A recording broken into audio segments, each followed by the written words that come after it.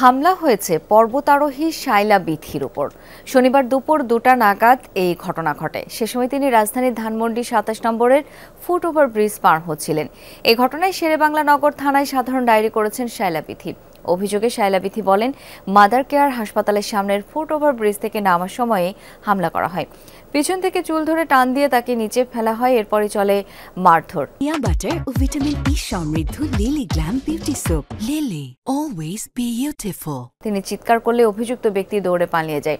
শেরেবাংলা থানার ওসি বলেন, ঘটনাস্থলের CCTV footage বিশ্লেষণ করা হচ্ছে। এ বিষয়ে যথাযথ আইনি ব্যবস্থা গ্রহণ করা হবে। আমার চুল ধরে টেনে আর উপরে টেনে হিস্ট্রি উপরে তোলার চেষ্টা করছে এবং আমার মাথায় পিঠে কিল ঘুষি মারার চেষ্টা করছে। আমি যখন উপরে তাকাই তখন আসলে আমি আর কাউকে দেখি না যে ওখানে কে আসে না আসে। তারপরে তো আমি থানায় গেলাম বা সেই এখন তদন্ত চলছে। জাস্ট ফুটওভার ব্রিজ পার হয়ে যখন ব্রিজের সিঁড়ির গোড়ায় নামতেছিল ওই মুহূর্তে কে বা কারা পিছন থেকে একজন লোক তাকে চুলে ধরে টান দিয়ে আচমকা টান দিয়ে নিচে ফেলে দিচ্ছে।